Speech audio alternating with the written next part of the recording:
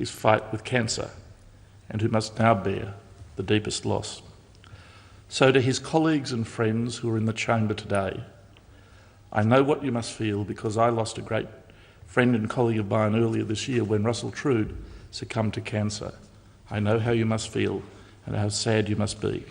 So to you and of course to his wife Natalie, his children Lauren, Julia, Michael, Georgia, Madeline and Xavier, and his grandchildren Jacob, William, Eddie, Nathaniel, Rory and Audrey, that I express my profound sorrow and to whom, on behalf of the government, I offer my deepest condolences. Thank you, Senator Brandis. Just a moment, Senator Farrell. As senators would be aware, the standing orders provide for general business to be called on at 4:30 p.m. I understand it is the will of the Senate for this condolence debate to have precedence and continue. With the concurrence of the Senate, it is so ordered. Senator Farrell. Thank you, Deputy President. I rise to speak on behalf of the opposition on the condolence motion for former Senator Steve Hutchins and thank the Attorney-General for his kind words on behalf of the government. I've often come into this chamber and listened to these motions. Mostly they're about someone who has long since left this place. That's not the case with Senator Steve Hutchins. He's a contemporary of many people in this chamber and had many friends on both sides of the House. And I'm very proud to say that I was one of those friends. But my history with Steve, though, goes back much earlier than his career in the Senate. I first met Hutcho, as he was known in the Australian slang that he so loved to use, as the first snowflakes were falling in Boston in the winter of 1984. Steve had been sent by his union, that great union, the Transport Workers Union, to the Kennedy School of Government at Harvard University in Massachusetts. Living at Soldiers Field Park, we would traipse through the snow and cross the Charles River, often to the sound of a lone Scottish piper, on our way to classes at Harvard Square. We had the privilege of being lectured by people who'd been in President John Kennedy's cabinet. It was during these lectures that I began to understand that despite his rugged exterior, Steve Hutchins had a brilliant mind, a very brilliant mind. At Harvard, Steve saw firsthand in American industrial relations what would later become work choices under the Howard government in Australia. And it was at Harvard that Steve honed the keen skills that would make him a formidable state and national leader of the Transport Workers Union on his return to Australia. It was also in Harvard, at the Boathouse Bar, with Frank Sinatra singing New York, New York, playing on the jukebox, that my wife met only her second Australian male, a wild, blue-eyed larrikin called Steve. As she said goodbye to Steve last Thursday at his home in the picturesque Blue Mountains, he squeezed her hand and gave her his trademark wink. In the 33 years between those events, Steve Hutchins lived a very full life. His friend, the journalist Brad Norrington, has written about his life in the Australian newspaper over the last few days. He went to school at De La Salle College, Cronulla, with two lifelong friends, John Delabosca and Michael Lee. At his solemn requiem mass at St Finbarr's Church in Glenbrook, his daughter Lauren laughingly recounted that he had claimed that a stubbed toe was caused by a crocodile bite, when in fact it had been the result of Michael Lee dropping a desk on his big toe. Michael, of course, denies this. After getting a Bachelor of Arts degree from Sydney University, Steve worked in a variety of jobs, including garbage collection, qualifying for membership of the Transport Workers Union, where he rose to become the New South Wales State and the Federal President. Many TW officials paid their respects yesterday, including Federal President Tony Sheldon. Steve Hutchins entered the Senate to fill a casual vacancy in 1998. His political skills, his brilliance and his compassion should have seen him rise quickly in this place to become a minister or even a leader. But his first bout of cancer struck and derailed his progress. It was to strike him twice more, and when he fought it bravely and without complaint for 20 years, this terrible disease finally took him in the early hours of last Friday. However, he made a significant contribution in this place in his too brief time here, and Steve leaves behind a significant body of work through Senate committees. In his valedictory speech in 2011, he was proud but deeply saddened by what had been uncovered in the inquiry into children in institutions, the so-called forgotten Australians. This finally led to an apology by Prime Minister Kevin Rudd on the 16th of November 2009. Steve was also very proud of his 6 children, Lauren, Julia, Michael, Georgia, Madeline and Xavier, and his grandchildren. And they all did him very proud yesterday at the service solemnly led by Father Bob Sheridan. Xavier, Stephen's youngest, has also taken a keen interest in politics, his favourite documentary now being the ABC's The Killing Season. Tributes to Steve have been plentiful. Our federal leader, Bill Shorten, said on hearing his passing, he believed fundamentally in the dignity of work, the right to organise, and the vital role unions played in improving conditions and lifting working standards. On hearing of Steve's death, former Prime Minister Julia Gillard tweeted that he was a passionate Labor true believer. A letter from the former Labor leader, Kim Beazley, was read out yesterday, and he described Steve as having that rare combination of both physical and moral courage. When I first came to this place, Steve gave me some prophetic advice on leadership challenges. He said, choose your candidate early and stick with your decision. That was sage advice. Steve was married twice, firstly to Diane Beamer and then to Natalie Sykes. Steve spoke of his love for Natalie in his valedictory. What sort of person marries a cancer survivor? What sort of person uproots her life, her comfortable existence in Victoria, to venture north? What sort of person acts as a nurse, caretaker, confidant and motivator? What sort of person takes on 5 stepchildren as friend and advisor?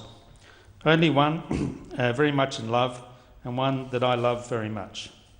Yesterday, Natalie read her last love letter to Steve to a crowd of about 500 mourners. Many of Steve's friends travelled to attend his funeral yesterday. Leo Macleay, Mark Bishop, David Feeney, Wayne Swan, Chris Hayes, Craig Emersons and many others, including senators who will no doubt speak in this debate. Also included Ian Meldrum, who ran the Holy Grail in Kingston, Steve's favourite watering hole. Maudle and Danny Boy played as we left the church. Steve has been awarded a medal by St Vincent de Paul Society posthumously in recognition of his work assisting the poor and the homeless. At 61 years of age, Steve has left us too soon, but to quote, as he quoted, the book of Timothy, he fought the good fight, finished the course, kept the faith. May he rest in peace. Thank you, Senator Farrell. Senator Cameron. Thank you, Madam Deputy President. I rise to express my condolences to Steve's family and his friends. I first met Steve in about 1988 when I moved to St Mary's from the Hunter Valley in New South Wales. I joined the St Mary's branch of the ALP when I moved to Sydney, and Steve and his team ran the branch. And I must say, I don't think I ever won a vote on anything I moved at that branch. I then moved to the Blue Mountains some years later, and Steve lived in the Blue Mountains, and I know that he was very fond of the Lapston pub in the Blue Mountains, and he was a very, very popular patron of the Lapston pub. The Lapo, yeah. So he was also a member of the ACTU executive when I was on the executive, so I did have lots of discussions with Steve. Again, I don't think I voted any time in the same way that Steve did at the ACTU executive. But when I came to the Senate, I was voting with him all the time. So Steve was a tough... Yeah, at least in here, yeah. Well, certainly not at the New South Wales branch of the Labour Party. Steve and I had some good set twos, and he's fondly remembered for that. He was a tough, uncompromising, smart trade unionist and politician, and he is sadly missed. And it was unfortunate because of circumstances that I and a number of my colleagues could not attend Steve's funeral in the Blue Mountains yesterday. So I want to just place on record my thanks for the friendship he gave me here, even though we were factional opponents. Steve gave me great friendship when I came here, a great deal of support, and was friendly and welcoming to me when I came here. So I think he's a sad loss to the New South Wales Labour Party, a sad loss to the Federal Labour Party, and a sad loss to the Australian public for which he has done so much in his time in this place. Vale Steve, and commiserations to Natalie, his family and friends. Thank you, Senator Cameron. Senator Collins. Thank you, Madam Deputy President. I too would like to join in the condolences to Steve's family at his loss. I feel for the loss of Natalie and Xavier and his family because I know the loss we have had of Steve from this place. I was in the Senate when Steve joined us here. I didn't know him well from his New South Wales Party days, but he became a very close friend in this place. And I regret the lack of opportunity to see more of him since he moved to Melbourne, and I regret the inopportunity to attend the funeral yesterday. Juanita was Steve's term for me.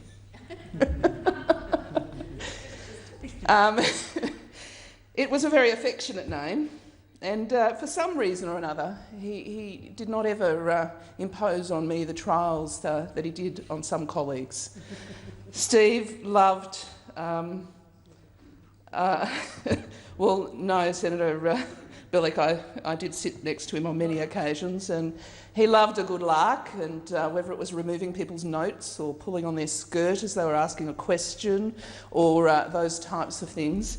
For some reason, Steve decided to leave me free of those types of larks, and we had a very affectionate relationship. Steve was a strong supporter. I would hear debates about internal opportunities within the Labor Party fed back to me. And interestingly, Steve would be sitting on one side saying, no, Jacinda's going to win. That would surprise many people, that the caricature of Steve Hutchins as a hard New South Wales Labor man could form relationships that were well beyond that caricature. As Senator Brandis said, he was a gentleman. His respect for people went well beyond what most people would assume. And the work that Steve did, not only in supporting Natalie in the Victorian Parliament, but also with St Vincent de Paul, badgering people like me to make a contribution to assist, and still catching up with colleagues for many years. People have referred to the Holy Grail as Steve's favourite watering hole here, and it was many night that Mark Bishop and I would share many hours with Steve, mostly assisting Mark Bishop deal with the time difference from Western Australia, but debating the politics of the day. Well, yes, fortunately those days we're in opposition and the responsibilities that we carried weren't quite the same as once moving into government. But Steve, as Senator Farrell has highlighted, made an enormous contribution to this place and to the Labor movement more broadly. And I hope his legend in this place lives on in terms of more progress in the many issues that he worked on. Senator Bartlett.